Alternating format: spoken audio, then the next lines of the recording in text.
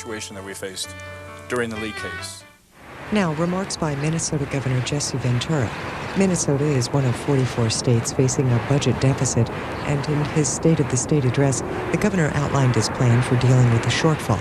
The speech from earlier this month departed with tradition as Governor Ventura gave his 20-minute speech from the governor's residence in St. Paul.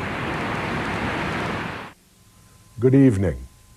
I'm speaking to you from the governor's residence in St. Paul. This past year, the longest-lasting economic expansion in the United States history came to an end. For years, we had been warned that what goes up must come down, and indeed it did. Last March, the country quietly slipped into a recession. However, while there was little notice at the time, it all came crashing home on September the 11th, 2001. But as I said, after the terrorist attacks, no one, not Osama bin Laden nor any of his terrorists, can take away our resilience. When 35,000 of you stood in the rain on the Capitol grounds on Sunday, September 16th, it was clear that Minnesotans would not forget, and together we will preserve our freedom and rebuild our economy. And so tonight, I want to talk to you about the challenges the recession brings to the state of Minnesota. 44 states, including Minnesota, are facing budget deficits. The fact is, people in Minnesota and across the country are getting laid off from their jobs, and when that happens, families cut back, they buy less, they travel less, and so they pay less taxes. Excuse me. Over 2 years, Minnesota will collect almost $2 billion less in taxes and fees than we thought. And just as important, in all the years after that, revenues will be about $1.2 billion less than what we have committed to spend. Even though some economists are saying that the economy is beginning to improve, the impact of the recession and the lost revenue will always be with us. Unless we bring revenue and spending back into balance, we will face continuing budget shortfalls into the future. As your elected representatives, we have a duty not to just solve the short-run problem, but to face the tough choices required for a permanent budget solution. The governor and the legislature are required by law to rework the budget and make sure that by the end of this current cycle, we have a balanced budget. That's our legal obligation, but some will want to stop right there, put off the tough decisions until after their elections, and of course, hope for the best. I won't stand for that. As I promised you when I was elected, I have continued my effort to find an appropriate balance between the amount of money the state collects in taxes and the high level of services that Minnesota citizens have come to expect. This, of course, is always quite a dilemma. Clearly, Minnesota taxpayers have been frustrated as our state continued to rank as one of the most highly taxed in the nation. Over the past 3 years, my administration has carefully managed our resources to bring down your property taxes, your income taxes, many business taxes, and the cost of your car license tabs. We have created a more fair tax environment that has provided significant property tax reductions in all property classifications, and also succeeded in giving citizens more direct control over the amount of the property tax that they pay. However, in addition to lowering taxes, we have also worked hard to make sure that the taxes you do pay bring the most value possible. When I visit schools, I often tell students that the state does not manufacture dollars in the basement of the Capitol. Every dollar that we send, that is sent to us, that we get, comes from the fruits of someone's labor. I tell the students that when a worker spends an entire day digging a hole and gets a paycheck of, say, $100, the government is going to take about $35 of that $100 to benefit people who didn't have anything to do with digging that hole. I use this example to illustrate why I am so focused on accountability and results. I use it to emphasize how important it is to make sure that we are not wasting the fruits of that ditch digger's hard labor. 10 years ago, the state of Minnesota's two-year budget was $13.6 billion. In the current two-year budget cycle, we will spend almost $28 billion on state-provided services. As you can see on the chart, the budget has doubled since 1990-1991. You see $13.6 billion in fiscal year 1990 to 1991, $27.8 billion in fiscal year 2002 to 2003. That's big government. We build and maintain roads, bridges, prisons, and schools. We educate our children. We care for our elderly. And we protect the public's safety. We do all of these things and much more. But unfortunately, as you saw on the previous chart, every year that we do more, it will cost you more in taxes. It is my belief that when we are facing a $2 billion budget deficit, we should concentrate on what is necessary and not necessarily what is nice.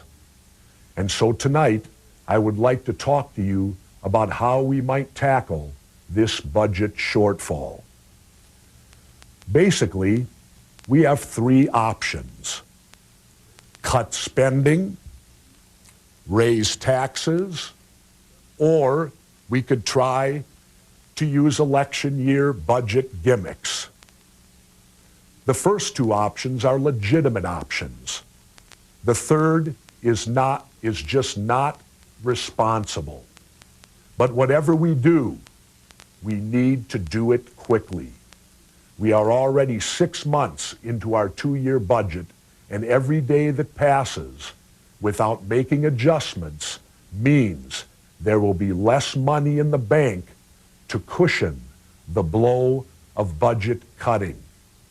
With that in mind, 3 months ago, I began preparing for the worst, and I asked my staff and my commissioners to begin working on a budget reduction plan that would focus on eliminating programs rather than just cutting across the board. When considering cuts, I instructed them that everything should be on the table. In this process, there should be no sacred cows. Let me repeat that. There should be no sacred cows.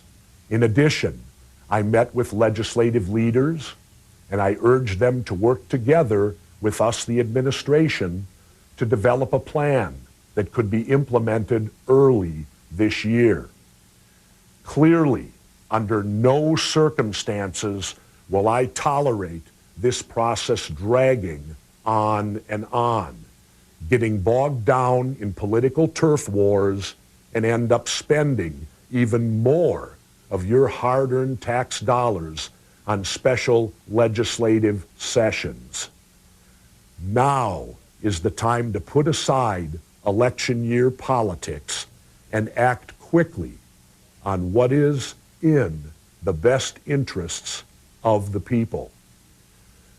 The time to fix this problem is now, and not in April, May, or June during a special session. And when I say fix, I don't mean a political quick fix that would simply postpone the problem and leave it for another year. That's the election year budget gimmick approach that I said earlier is not an option. Sure, I could take the political safe approach and use accounting gimmicks to delay making tough decisions. Then I could choose not to run again.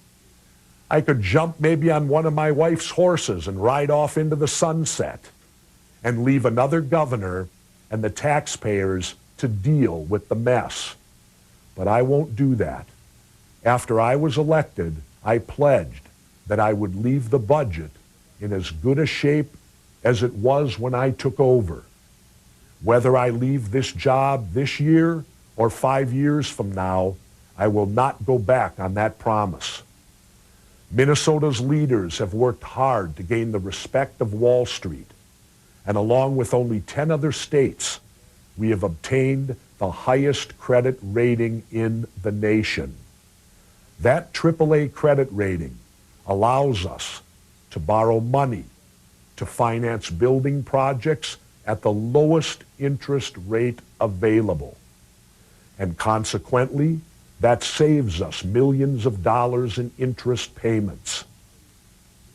If we try to solve this budget problem with quick fix accounting gimmicks or borrowing on future revenue sources, you can be sure that Wall Street will be watching and our credit rating will suffer.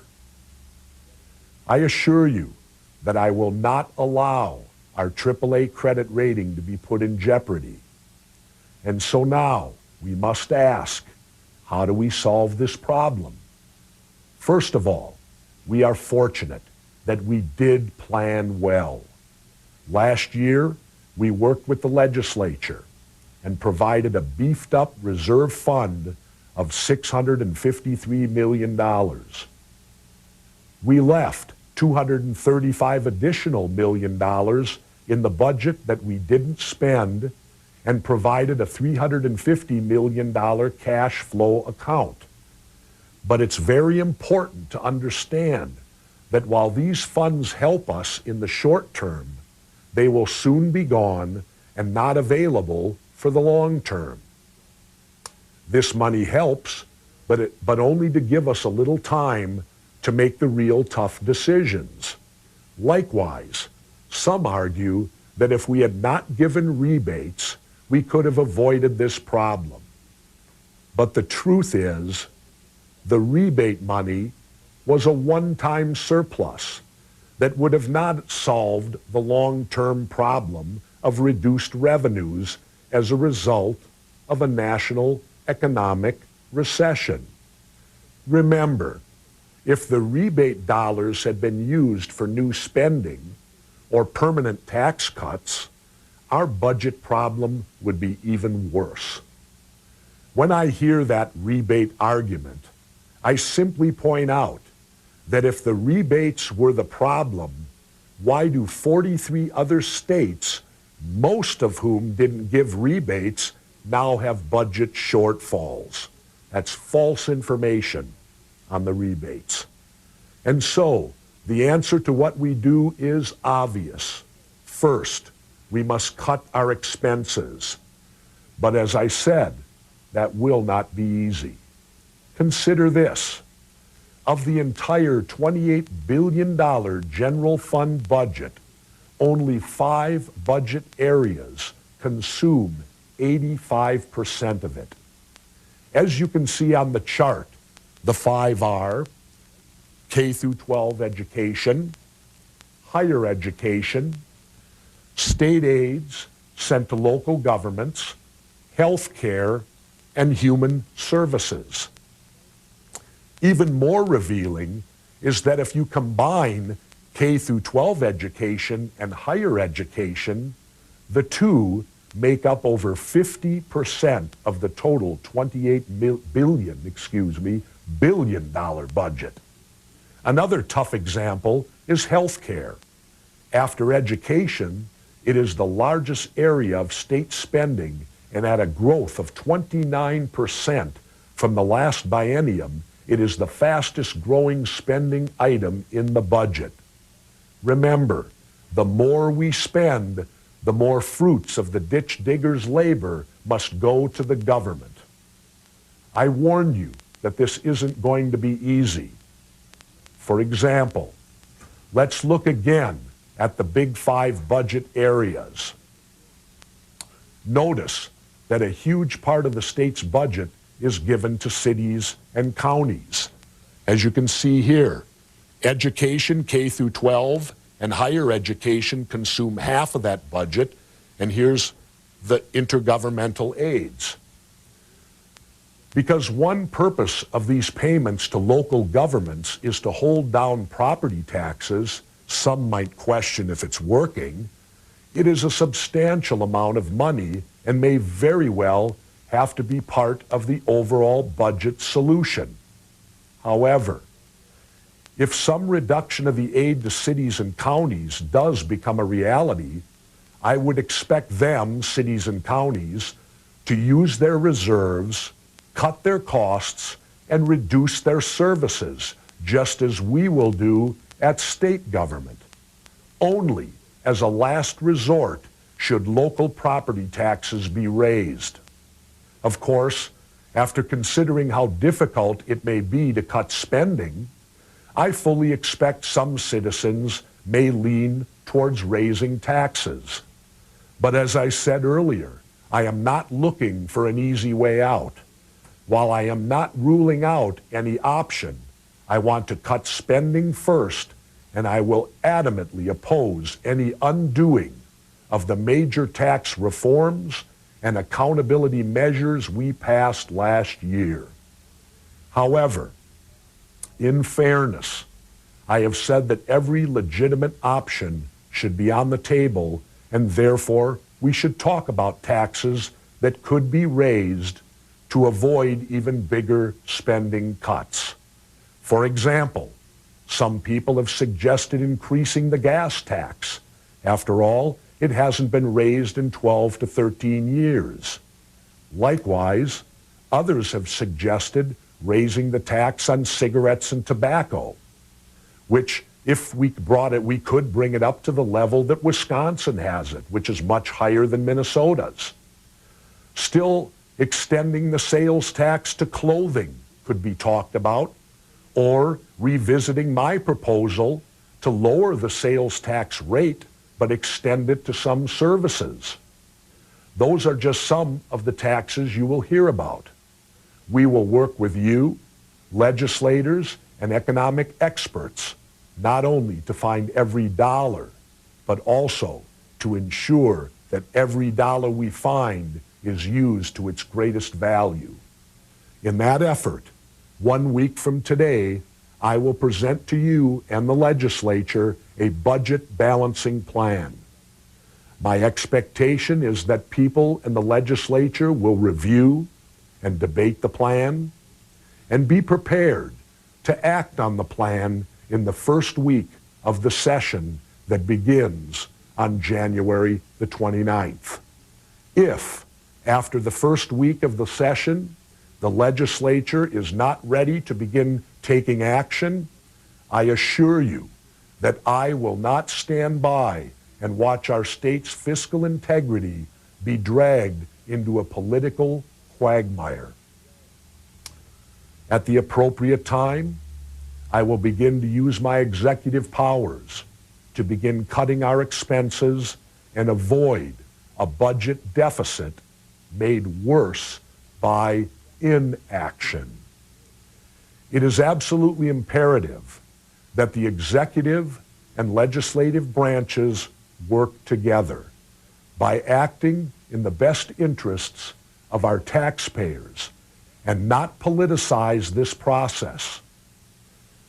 We will all have to accept some sacrifice, but we are not going to turn our backs on the important things that we do.